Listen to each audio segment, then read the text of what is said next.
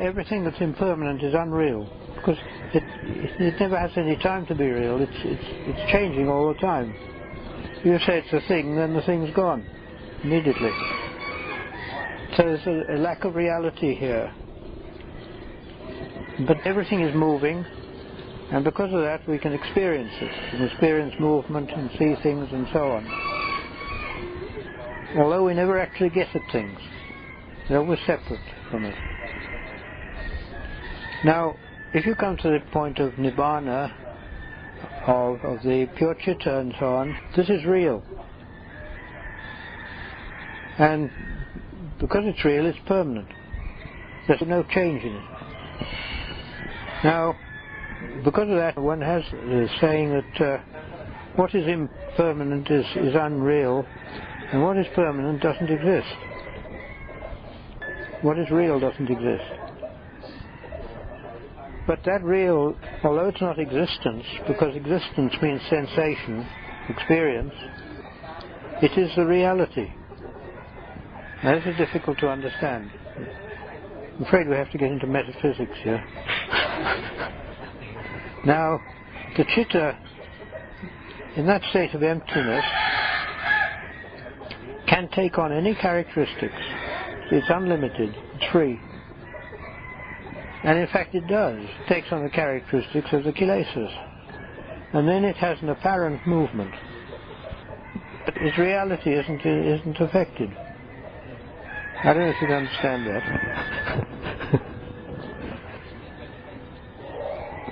You have to have a mind a bit like a corkscrew to do this. We can't say that we haven't got a self because we made it. We refer to it. And that reference creates it, in fact. The self is there. And I think the self is the kilesas. That's all. I visualize it like one of those whirlwinds you get in Texas. You know, they come buzzing across the plateau, the plains there, and damaging everything, whirling around, and being an absolute nuisance altogether.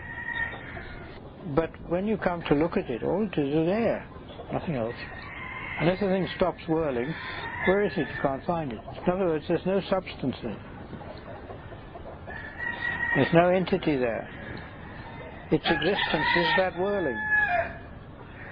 Existence is the dynamic movement all the time. And the self's like that. It's just whirling about all over the place, driven by the kilesas and the citta. Because the citta empowers the kilesas. It's the one that gives the power to them. But the kilesas are rooted in it. So it tends to go in the direction of the kilesas all the time. And it's like a whirlwind then. But one can't say there is no self. But certainly there's no entity of self, no permanent self. Nothing you can sort of cut out and find and say, there it is, like that. So, Prabhu, how does the function of awareness fit in with this? Sati, I mean, with the self and the emptiness. Often I associate when I have awareness, it corresponds to a sense of self. But when you spoke about the pure citta, if I understood, it's also coming from... The pure citta is for the arhat. Okay. So with the quality of awareness there? There may be or there may not, because the arhat doesn't need these things. The arhat doesn't need to be mindful. These are all training. You can see in the suttas, it said, the Buddha set up mindfulness before him. Now, if he was always mindful, why was it necessary to set it up? It means he wasn't always mindful, because there's no need to be. The arhat's done the job, and he can sit back and relax. He can put his feet up and take it easy. Well, when you say pure citta, is it the same as Nibbãna? Yeah. It's there all the time, but it's covered up. Tanachanyai describes the simile of like the steps of the sala? The simile of steps of the sala for an Arya Pugala and the first stages of the first steps. Like, you see the sala, but you're not in there yet. And the arhat is when you've actually put big stuff in the land. Yeah. And that's, I have interpreted that as that only an arhat can fully experience Nibbãna. Yeah. The thing is that the nature of Nibbãna is emptiness. Now, when one has consciousness in this world, we can't become aware of emptiness. So we can't know what it is, because we're aware of things, feelings, sensations, and everything we know is apparently separate from us. In other words, there's a duality. There's the one that knows, and there's the thing that's known, or perceived, in whatever way. And we never get into contact with the things at all. Because of that, we're always in a sort of half state where we want things, but we can never really get them.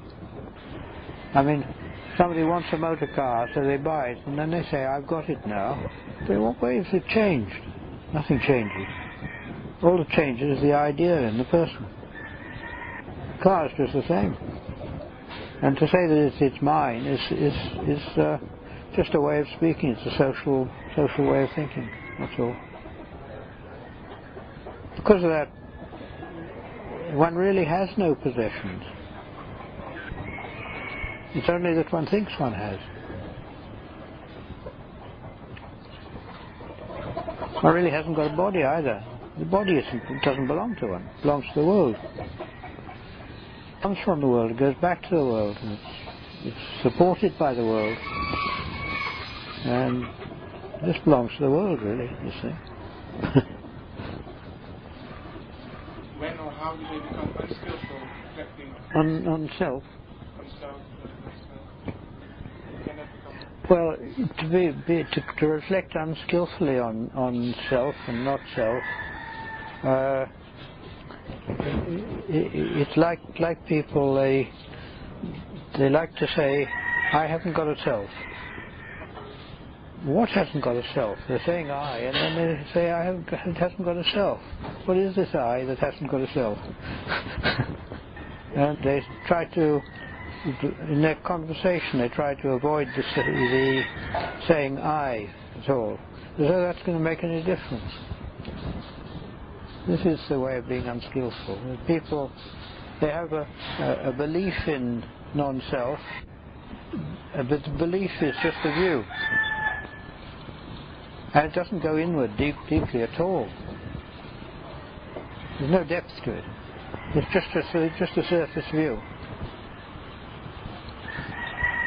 The depth is that they firmly believe they've got a self like that, and that the self is something real there.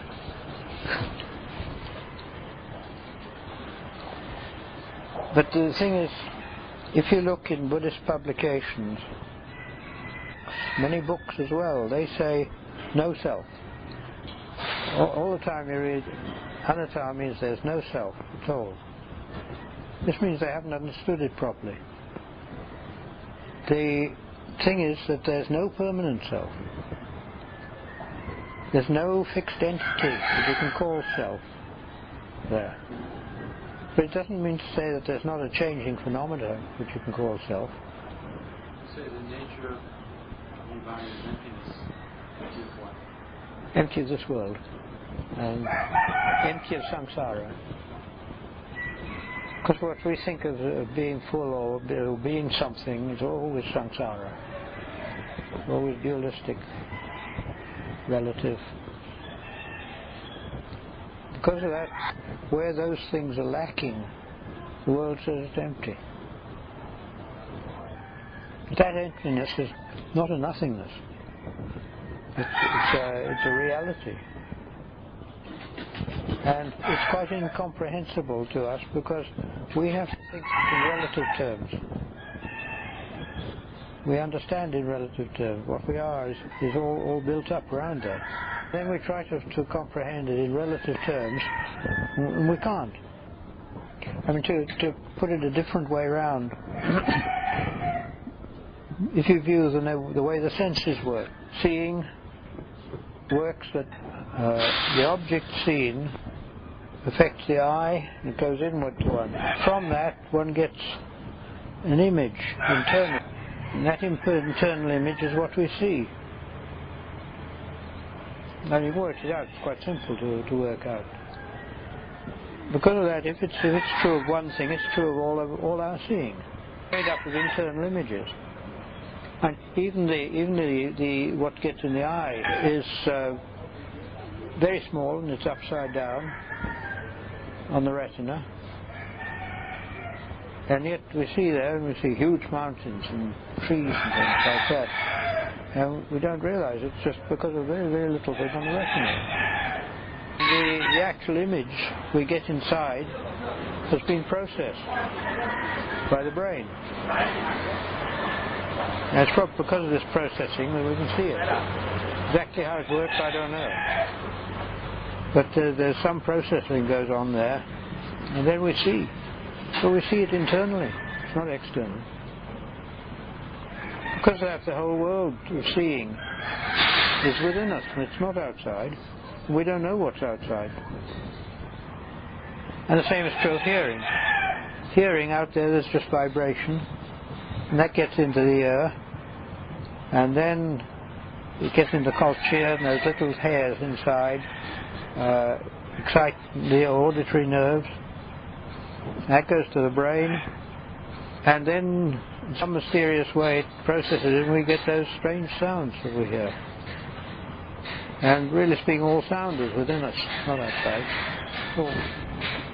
Same with the other senses. I mean, smelling and tasting are just chemicals, but they become smell and taste when they get into it.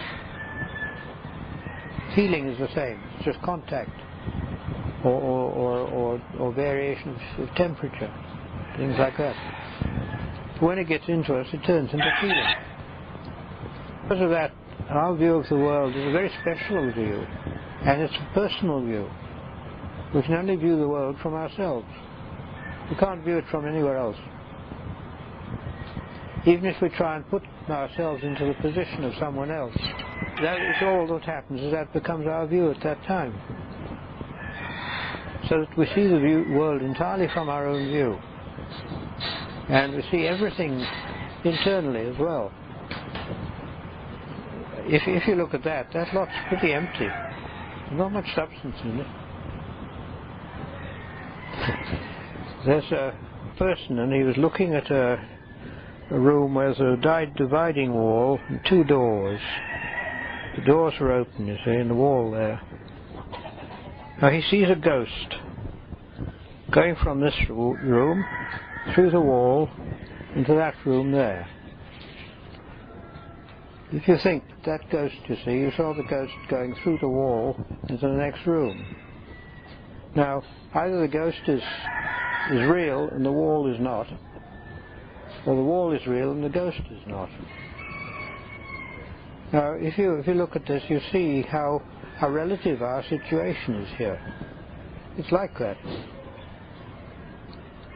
I mean, if you go out into town and you look at a lot of people walking along the street, how do you know that they're all real people? Some of them might be ghosts for all you know. The trouble is that we've got a fixed idea of our own reality. And when we've got this fixed idea of our own reality, we can't see the relativity of the world. We can't see how relative we are and how changeable. And the kaces don't like that. So what they do is they bring up the self, and they make it very important and real, like that. And then there's a clinging to this, just in case that there's nothing left there. And there's a dislike of letting go. Any more reflections for bringing that? I would say that the thing you've got to get is some experience, even a little. Then you can recollect that and think that you must work to get at least that in the future. this can help to bring up effort. The trouble is, it's difficult until you have had some good experience in practice. Because until then, it's hard slog, hard work. And the developing of determination is something which is not easy to do. Not when you are trying to do it on meditation practice. On other things, yes, you can become determined. I mean, if you play football, you can be absolutely determined to win and to get that ball into the goal. But I mean, there's kaces behind that. If it's anything bad, it's very easy to be determined. But for good things, it's not. I mean, you think a cat looking at a mouse is almost in samadhi, but it's not right samadhi. It's the wrong samadhi. It's easy. Again, if there are bad things to think about, it's easy to think about them. It's the good things that are difficult, because the kaces don't like them. It shows you that once the kaces get out of the way, it's easy. Because the fact is that when you think about bad things, the kaces will help you. They won't interfere. They'll let you do it, because it's going their way. But it's when you come to do something that's right in the way of Dhamma, then the kaces don't like that at all, and they kick up, cause trouble. And it's worth reflecting on that. How one's got to have the effort to overcome those kaces.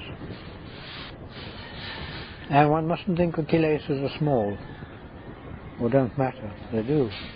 All the trouble in the world, anyway, human trouble in the world, comes from kaces. I mean, guns don't shoot themselves and bombs don't drop them. People don't torture themselves, not mostly anyway, but all these things happen when people have kaces. You get all these troubles coming up. And this is the way of kaces. They're not small. And the most important of the kaces is, of course, raga tanha, sex cravings. It's very important. And it comes up in all sorts of ways. In the male, it comes up as aggression. In the female, it comes up as enticement. And you get these two pull, well, push and pull as it is. And the thing is that these spread out into other activities. And you get aggression coming up in business, in war, in sport. All over the place you get these things coming up. These factors, which come from raga tanha, they're very important in human beings. In fact, I would say raga tanha is probably the most important group of kaces in the human being. If one can overcome that, raga tanha, then you're okay. You needn't worry. Because that's an argument. And then this raga tanha includes all sexual stuff. You can't fix any real boundary. Because when you come to investigate this and look at it, you'll find all sorts of things you never realized before were raga tanha. And the way the human mind thinks is symbolic. It uses symbols all the time. And the sexual symbols they're all over the place. And people use them, they don't even realize it.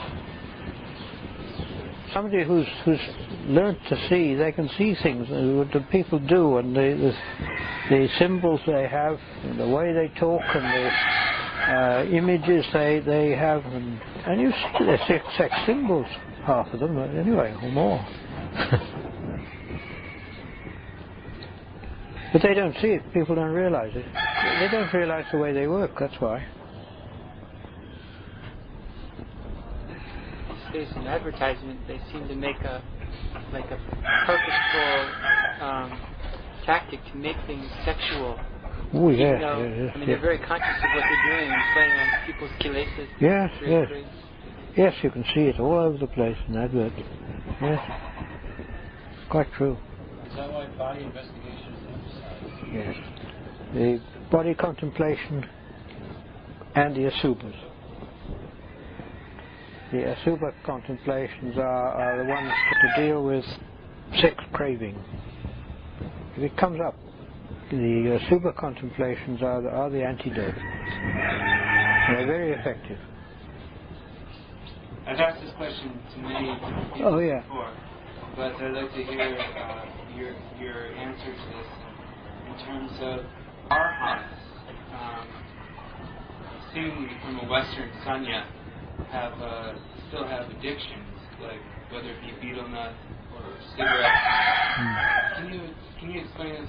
I'm sure you've been asked this a billion times, but maybe you can explain this so it'll sink in, because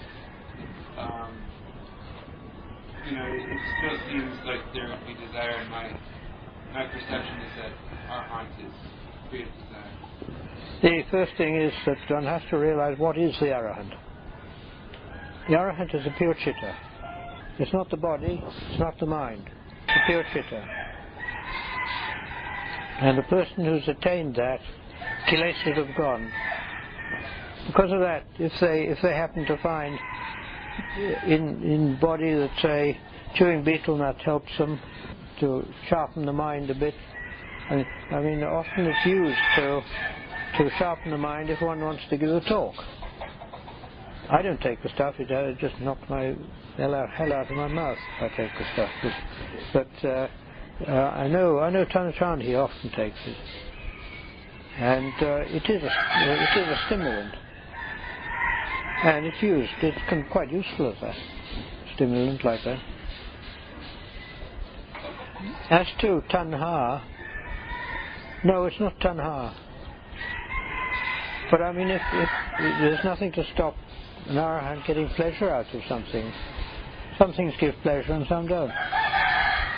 And if it brings some pleasure, well, why not? He's done his work, he's got through. It doesn't have any effect on the citta. It's only on the body and mind, that's all. The citta is pure. In other words, when the arhat has become arhat,